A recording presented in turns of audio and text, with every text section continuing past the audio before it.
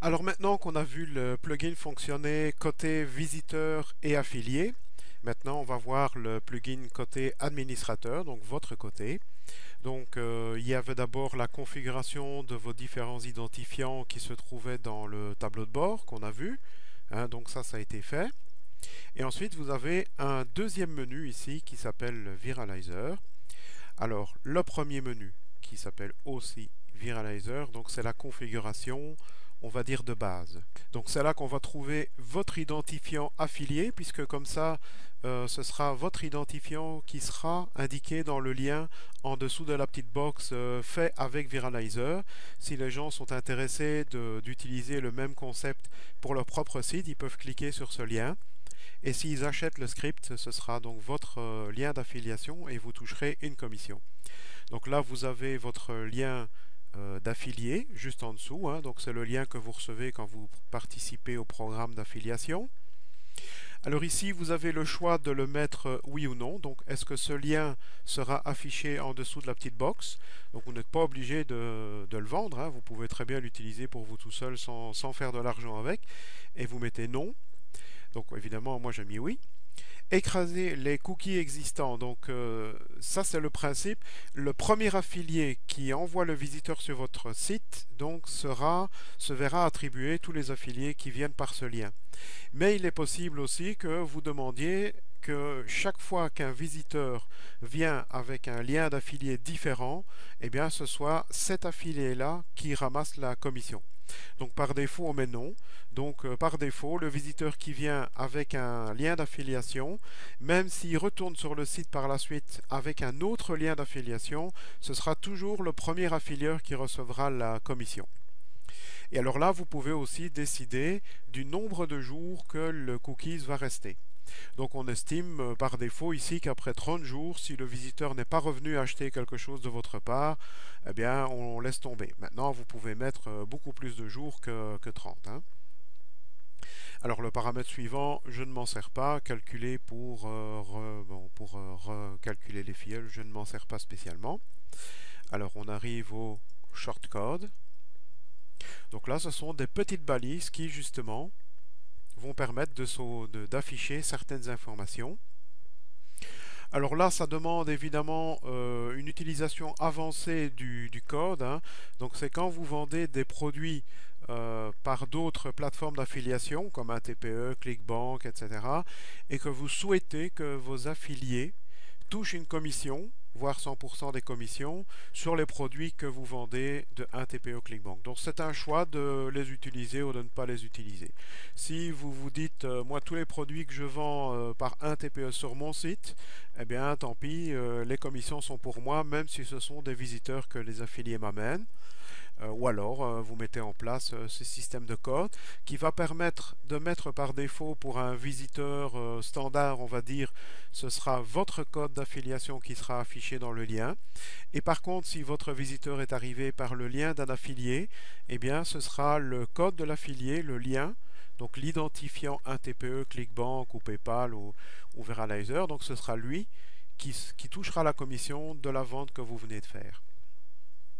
Je passe à l'écran suivant. Donc là, c'est le contenu privé. Donc quand vous écrivez une page avec votre WordPress, vous avez un menu supplémentaire dans la page ou dans l'article qui dit cet article est public, cet article est protégé ou partiellement protégé. Donc s'il est public, tout le monde y a accès.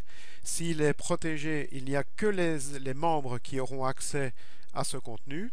Et si vous mettez partiellement, donc là, vous pouvez mettre une petite balise dans votre contenu qui dit, voilà, à partir de cette balise-ci jusqu'à cette balise-là, tout ça n'est affiché que si le visiteur est affilié, en tout cas est membre du site. Donc voilà, ici, on peut aussi protéger les commentaires. Donc c'est le même principe, les commentaires ne sont visibles que si le visiteur est identifié. Donc on met oui ou non. Protéger la page d'inscription. Donc comme vous savez, WordPress a toujours une page d'inscription. Si un petit malin qui connaît bien l'adresse et qui va sur l'adresse directement, il sera évidemment renvoyé en disant vous n'êtes pas identifié. Là, vous pouvez mettre la liste des mots de passe que vous voulez pour vos visiteurs avoir accès au contenu. Donc vous pouvez en mettre un ou plusieurs. Le système va les attribuer un petit peu au hasard. Et alors ici, vous avez des contenus qui vont permettre de mettre des messages. Donc si quelqu'un essaye d'aller sur le lien, ben, ça dira ce contenu est privé, ou alors le contenu partiel, hein, quand vous mettez de la protection, il faut être membre pour voir la suite, et donc il y aura un lien qui va lui permettre de s'inscrire. Texte pour citation privée, texte de remplacement pour les commentaires, donc là ça sera marqué privé. Alors ici il y a quelques options pour le widget. Activer le widget oui ou non. Ah bon, c'est pas une obligation. Type de widget avec lien, donc je mets en dessous du widget réalisé pas avec Viralizer et bien sûr avec mon lien d'identification, et le titre du widget, accès privé, donc dans ce cas-ci. Et alors un petit texte, il se peut que certains contenus soient réservés aux membres, l'inscription est gratuite. Donc ça, c'est ce qui va apparaître dans la petite boîte d'inscription quand le visiteur vient pour la première fois. Alors ici, on passe dans le menu personnalisation. Alors ici, c'est simplement, vous avez plusieurs visuels pour pouvoir afficher le logo à l'entrée. Bon, moi j'ai laissé par défaut Viralizer. Afficher en sous-menu de tableau de bord, oui.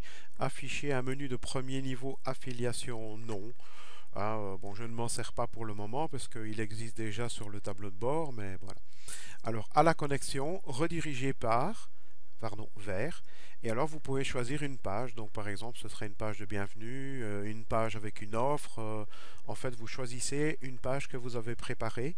Donc, une fois que le visiteur se sera connecté, il sera redirigé vers la page que vous souhaitez. Bon, ici, j'ai laissé la page par défaut. Et alors voilà, si vous activez le menu affiliation, mais je ne l'ai pas fait, sinon vous pouvez mettre ici du code HTML. Alors on va passer aux options spéciales. Voilà, donc ici, déposer un cookie si aucun cookie n'est présent. Mode, ne pas écraser les cookies uniquement. Donc si oui, un visiteur sans cookie sera tagué avec un cookie admin, donc ce sera un de vos affiliés à vous, sinon rien n'est fait. Alors si jamais vous avez dit oui, eh bien vous mettez à ce moment-là votre identifiant. Donc entre guillemets, donc chaque fois que un visiteur viendra d'aucun lien d'affiliation qui viendra par hasard, eh bien ce sera votre ID qui sera utilisé comme identifiant pour tous les liens d'affiliation. Alors vous avez un mode test qui permet de tester tout le système, et une maintenance, donc je ne l'ai pas utilisé. Bon, ça il faut lire un petit peu la documentation. Alors au niveau des redirections, voilà, cacher les liens d'affiliés, donc il y a une possibilité de faire un peu de la, comment on peut appeler ça, de raccourcir vos liens et de les cacher. Donc cacher le lien oui non. On peut utiliser un code spécial, une URL redirigée en cas d'erreur, un lien d'affilié en nofollow. Bon, tout ça, moi personnellement, je n'utilise pas sur mon blog. Là, il faudra un petit peu lire la documentation si vous souhaitez vous en servir. En gros, l'interface est très simple. Donc, en gros, il suffit d'installer le plugin, de l'activer, d'utiliser les widgets que vous souhaitez en les glissant tout simplement dans la colonne de droite. Il y a très peu à configurer, vous l'avez vu. Une fois que ça c'est fait, eh bien voilà, votre système, bon, il y a bien quelques configurations qui sont détaillées dans la documentation lors de l'installation, comme l'enregistrement dans le site doit être permis avec un rôle d'abonné. Enfin, tout ça est bien expliqué à l'installation. Vous avez tout qui est pratiquement configuré par défaut, et il suffit de l'utiliser. C'est très simple à utiliser et c'est surtout très puissant.